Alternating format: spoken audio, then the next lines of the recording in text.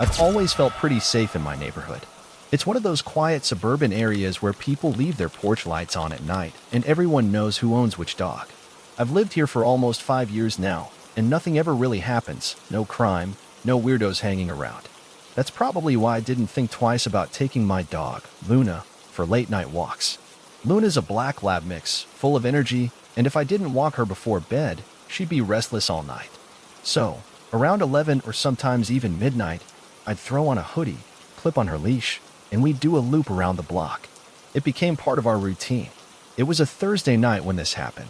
I remember because I had work early the next morning and almost skipped the walk, but Luna was sitting by the door, wagging her tail like always. So I grabbed the leash and we headed out. It was colder than usual and the streets were dead silent. No cars driving by, no other dog walkers, just me, Luna, and the sound of her paws on the pavement. I had my hands in my pockets and my hood up, half zoned out, when I heard someone call out from across the street. "Hey, Luna." I stopped walking. At first, I thought maybe it was someone I knew. Like I said, people around here recognize each other's dogs, and Luna's pretty friendly with a few neighbors. But when I looked over, I didn't recognize the guy at all. He was standing under one of the streetlights, just outside the pool of light where his face was hard to make out. Tall, thin, wearing a dark jacket and jeans. He wasn't moving, just standing there, facing us. Luna's tail wagged a little, but she stayed close to my leg, which was unusual for her. Normally, she'd be pulling towards someone who called her name. I gave a polite wave, thinking maybe he was a friend of a neighbor or something. "Hey," I said, keeping my voice casual. "You out late tonight?" he said, still not moving. His voice was calm, almost too casual, like we were picking up an old conversation. Same route as always. That's when I felt it, that subtle shift from normal to off. I didn't know this guy. I was sure of it. And the way he said that, like he'd been watching. "Do I know you?" I asked, trying to sound more curious than defensive. He finally took a step forward, just enough that I could see his face. But even then, there was nothing particularly memorable about him. Average features, no facial hair, short dark hair. The kind of face you'd forget in a crowd. But his eyes were locked on me in a way that made my skin crawl. "You don't," he said with a slight smile. "But I know you. And I know Luna." Every instinct in me was screaming to leave, but I didn't want to show fear. I tugged on Luna's leash and started walking again, keeping my pace steady, not too fast. "See you tomorrow," he called after me. I didn't respond. I just kept walking, heart racing, ears straining to hear if he was following. But I never heard footsteps. When I finally glanced back, the street was empty again. I got home, locked every door and window, and tried to convince myself it was just some weird guy messing around. Maybe he saw us walking before and decided to be creepy for no reason. Still, I didn't sleep much that night. The next day at work, I told a coworker about it, half laughing it off, but I could tell even she thought it was unsettling. I figured I'd change up my routine, no more late-night walks for a while. But that evening, around 10 p.m., I got a text from an unknown number. "Luna must be wondering why you're late tonight." I just stared at my phone, my mouth going dry. I hadn't told anyone except my coworker, and I sure as hell didn't give my number to some stranger. I didn't reply. I blocked the number immediately and called a friend to come over.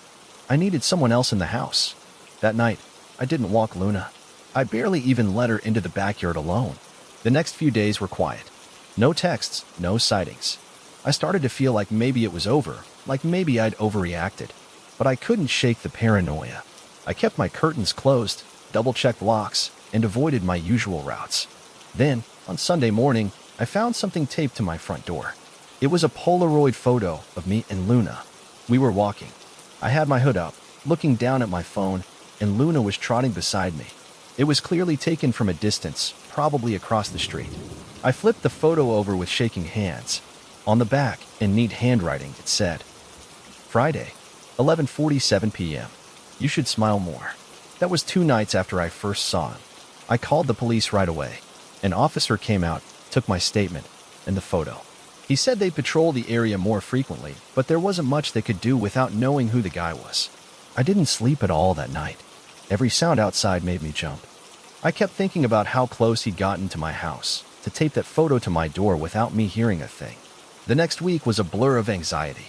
I stayed with friends a couple of nights, but I couldn't just abandon my place or Luna. I installed security cameras, motion lights, the whole 9 yards. For a while, nothing happened. I started driving Luna to a park during the day instead of walking around the neighborhood. I thought maybe you'd gotten bored or moved on. Then, one night, I got home from work and noticed something off. The front door was locked, just like I left it, but the welcome mat was flipped over. It was subtle, but I knew I hadn't left it like that. I checked the cameras immediately. The one facing the front porch had a motion alert from earlier that afternoon. I opened the footage, expecting to see him, but instead, I watched as a delivery guy walked up with a package, glanced around, and then carefully flipped my welcome mat before walking away. I felt sick. I didn't order anything. When I opened the door, there was no package, just an envelope that had been slid under the mat. Inside was a single sheet of paper with 2 words. Bad move. No signature. Nothing else. That's when I realized he wasn't just watching me at night. He was around during the day, too. Close enough to know about the cameras, close enough to send someone else to deliver his message. I didn't go back inside. I got in my car with Luna and drove straight to my sister's place across town. I told her everything. She didn't hesitate. She said I could stay as long as I needed. I reported the incident to the police again, gave them the footage and the note. They took it more seriously this time, but still, no leads. A few days later, I made the decision to break my lease. I didn't care about the penalty fees. I couldn't stay there knowing he was still out there, knowing he could get that close without me noticing. I moved in with my sister temporarily while I searched for a new place. It felt like I was finally putting distance between myself and whatever that was. But about 2 weeks after I left, my sister got a letter in the mail. No return address, just her name. Inside was another Polaroid. This time, it was a picture of Luna in my sister's backyard, taken from outside the fence. On the back, it said, "Found you." I never saw him again after that, but not a day goes by where I don't wonder if he's still watching. If he's just waiting for me to get comfortable again. I don't walk Luna alone anymore. And I never, ever assume I'm not being watched. Story 2. He knew my dog's name. I've always believed that being cautious can prevent most bad situations. I lock my doors religiously. I avoid sketchy areas, and I'm not the type to overshare online. But no amount of caution prepares you for when someone already knows too much. It started about 3 months ago when I adopted a dog. Her name's Daisy, a golden retriever with the sweetest temperament. I live alone, so having her around made the apartment feel less empty, and honestly, I like the idea of having a reason to get outside more. We built a routine pretty quickly. Every evening after work, we'd go to the park down the street. It wasn't a big park, just a few trails and a small pond, but it was usually quiet and safe. I'd throw a ball for Daisy, maybe listen to a podcast, and we'd head home before sunset. The first time I saw him, I didn't think much of it. Just some guy sitting on a bench near the pond. Mid-30s, plain clothes, jeans, dark jacket, baseball cap. He wasn't doing anything strange, just watching the water. I noticed him because Daisy trotted over to sniff around near his bench, and I gave the usual polite nod as I called her back. He didn't nod back. He just looked at me a second too long before returning his gaze to the pond. Over the next week, I saw him almost every day. Same bench, same time. At first, I figured he was just a regular who liked the peace and quiet. But then I started noticing little things. He never had a phone, a book, or anything with him. He never fed the ducks like some people did. He wasn't exercising. He just sat there, watching not just the pond, but sometimes me. One afternoon, as I clipped Daisy's leash back on and started walking past him to leave, I heard him say something under his breath. "Good girl, Daisy." I stopped in my tracks. I hadn't spoken to him, not once. I never said her name around him. I looked at him, heart already racing. "How do you know her name?" I asked, keeping my voice steady. He smiled faintly, still not fully looking at me. "She just looks like a daisy." It was such a weak excuse, but what was I supposed to do? Accuse him of something? I walked away, but the whole time I felt his eyes on my back. That night, I couldn't shake the feeling. I thought back. Had I said her name louder than I realized? Maybe someone else had called her, and he overheard? I tried to rationalize it, but deep down, it didn't sit right. The next day, I changed up our routine. Different park, different time. I didn't see him, and for a moment, I felt relieved. But when I got home, there was something wedged into my front door frame. It was a folded piece of paper. All it said was, "Daisy likes the other park too." I felt like my stomach dropped through the floor. I hadn't seen him. I was sure of it. So how did he know where I went? How did he know where I lived? I called the police. But they told me what I expected. They couldn't do much with just a note and a feeling of being watched. They suggested I stay alert and report any further incidents. I started driving Daisy to parks farther away, random times, always checking my surroundings. I even thought about getting cameras for my apartment, but I lived in a complex and management wasn't exactly cooperative about personal security setups. Weeks passed without another sign of him. I started to think maybe he'd gotten bored or moved on. I was cautious, but I wasn't going to let paranoia control my life. Then one night, around 3 a.m., Daisy started barking. She never barks at nothing. She's friendly, but she's alert. I jumped out of bed, my heart pounding, and grabbed the small but I kept by my nightstand. Daisy was standing at the front door, growling low. I looked through the peephole. No one was there. I waited a few minutes before slowly unlocking the door and opening it just a crack. There was nothing, no sound, no movement. But when I looked down, I saw something that made my blood run cold. It was one of Daisy's toys, her favorite tennis ball. The problem was, that ball had been inside. I knew because we'd played with it before bed, and I'd left it in the living room. I slammed the door shut and called the police again. When they arrived, they did a sweep of the area but found nothing. No signs of forced entry, no one lurking nearby. They suggested maybe I'd left a window open and Daisy had knocked the ball outside. But I hadn't opened any windows. And even if I had, we lived on the second floor. I barely slept that night. The next day, I bought new locks, a security bar for the door, and finally convinced management to let me install a peephole camera. I didn't take Daisy to the park for a while. We stayed inside, only quick bathroom trips in the fenced-in area behind the complex. For a couple of weeks, things were quiet again, until I got home from work one evening and found my apartment door slightly ajar. I know I locked it. I always lock it. I stood in the hallway, listening. Daisy wasn't with me. I'd left her at a doggy daycare that day. I slowly pushed the door open, my hands shaking. Everything looked normal at first glance. But when I walked into the living room, I saw it. On the coffee table, placed neatly in the center, was a photo. It was a picture of me sleeping in my bed. Next to me, curled up like always, was Daisy. I dropped the photo and backed out of the apartment, calling the police with trembling fingers. When they arrived, they cleared the place again. No one inside, no signs of forced entry. But I knew he'd been there. I knew he'd been watching me long before I ever noticed him at the park. I didn't stay there after that. I packed a bag, picked up Daisy, and went straight to my parents' house a few towns over. A few days later, I got a notification from the peephole camera. I opened the app and watched the footage.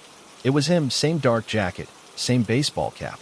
He stood in front of my door for nearly a minute, just staring into the camera. Then he leaned in close, his face filling the screen. And he whispered, "You forgot Daisy's leash." I moved out officially a week later. I changed my number, deleted my social media accounts, and never went back to that town. But sometimes, when I'm out walking Daisy in a completely different city, I catch myself scanning every bench, every parked car, waiting to see that familiar jacket and cap. Because no matter how far I go, I can't shake the feeling that he's still out there. And he knows both our names. Story 3. The voice inside the baby monitor. I'm not a parent, but I've babysat my niece Emma enough times to feel like an honorary one. My sister, Kelly, had Emma about a year ago, and since then, I've been the go-to babysitter whenever she and her husband need a night out or, in this case, when they had to leave town for a wedding. They asked me if I could stay at their house for 2 nights to watch Emma. I didn't mind. Kelly's place was way nicer than my apartment, and Emma was an easy baby. Besides, I figured I'd spend most of the weekend lounging on their couch, watching Netflix after putting her to bed. The first night was exactly that. I fed Emma, put her down around 8 p.m., turned on the baby monitor, and settled in for a quiet evening. Their monitor wasn't fancy, just a small handheld screen with audio. I kept it next to me, occasionally glancing at the grainy black and white image of Emma sleeping peacefully in her crib. By midnight, I was half asleep on the couch when I heard a faint noise from the monitor. It sounded like static at first, but then I heard Emma stir. She let out a soft whimper, the kind babies do when they're shifting in their sleep. I sat up, watching the screen, ready to go check on her if she really woke up. That's when I heard it, a voice. It was low, almost like a whisper, but clear enough that I knew I wasn't imagining it. "Sure, go back to sleep." I froze. It wasn't my voice. No one else was supposed to be in the house. I stared at the monitor, my heart pounding in my ears. The camera showed Emma lying still in her crib, but nothing else. No movement, no shadows. I muted the TV and listened again, but the monitor was silent now, just the soft hum of static. I told myself maybe it was interference. Maybe it picked up a neighbor's monitor somehow. I'd heard stories like that before, but I couldn't shake the unease creeping up my spine. I quietly walked down the hallway toward Emma's room, every floorboard creaking louder than I remembered. When I reached her door, I listened for any sound. Nothing. I slowly pushed the door open. Emma was there, fast asleep, just like on the monitor. The room was empty. The closet door was closed, the window locked. I checked everywhere, even though I felt ridiculous. Satisfied that no one was in there, I went back to the living room, still unsettled, but trying to convince myself it was just some weird tech glitch. The rest of the night was quiet. The next day passed without incident. I played with Emma, fed her, and when bedtime came, I followed the same routine: crib, monitor on, couch. But that night, things got worse. It was around 2 a.m. when I heard it again. The monitor crackled, and then that same low voice spoke, clearer this time. "Don't cry, Emma. I'm here." I felt my blood run cold. This wasn't interference. The voice said her name. I grabbed my phone and turned on the flashlight, my hand shaking as I sprinted to her room. When I opened the door, Emma was awake, but she wasn't crying. She was staring at the corner of the room, her little eyes wide, like she was watching something or someone. I flipped on the light. Nothing there. I picked her up, clutching her to my chest as I backed out of the room. I didn't care how irrational it seemed. I wasn't staying in that room a second longer. I checked every inch of the house again: windows, doors, closets. Everything was locked. No signs of anyone breaking in. I ended up bringing Emma into the guest room with me, keeping her crib beside the bed. I didn't sleep much, jumping at every sound. By morning, I was exhausted and questioning my sanity. When Kelly called to check in, I debated telling her, but I didn't want to freak her out. I just said everything was fine and asked when they'd be back. They were due home that evening, so I figured I could handle one more day. But before they got back, curiosity got the better of me. I started inspecting the baby monitor itself. That's when I noticed something I hadn't before. The monitor camera in Emma's room wasn't just clipped to the shelf like I thought. It was different. The back panel was loose, like it had been tampered with. I took it down and flipped it over, and that's when I saw it. There was a tiny, additional device wired into the camera. It looked like some kind of microphone or transmitter, definitely not part of the original monitor. I had no idea what I was looking at, but I knew it wasn't normal. When Kelly and her husband got home, I showed them immediately. Kelly looked confused, but her husband, Mark, went pale the second he saw it. I asked him if he knew what it was, and after a long pause, he admitted something that made my stomach drop. A few months before, they'd hired a guy through an online ad to set up some extra security features around the house: baby monitors, cameras, alarms. He was cheap and promised a full setup without the ridiculous fees that companies charge. Mark thought he was being smart, but now it was clear that guy had installed more than just cameras. He'd wired in a way to access the monitor remotely. We called the police, and after an investigation, they confirmed it. The installer had a history. He'd been suspected of similar cases but never caught. He'd been using baby monitors to watch families, whispering through them in the middle of the night, getting off on the control and fear. He'd been in their house. He knew Emma's name because he'd been listening for weeks, maybe months. The worst part? They didn't know how many times he'd come back after installing the system. There were no other cameras outside the baby's room. He could have been in the house while I slept. They found traces of his fingerprints in the attic, like he'd been hiding up there, watching. Kelly and Mark moved out shortly after, and they paid for a proper security system this time. I haven't babysat since then, but sometimes, late at night, I'll hear a faint crackle of static in my apartment. I don't even own a baby monitor. At least, I didn't install one.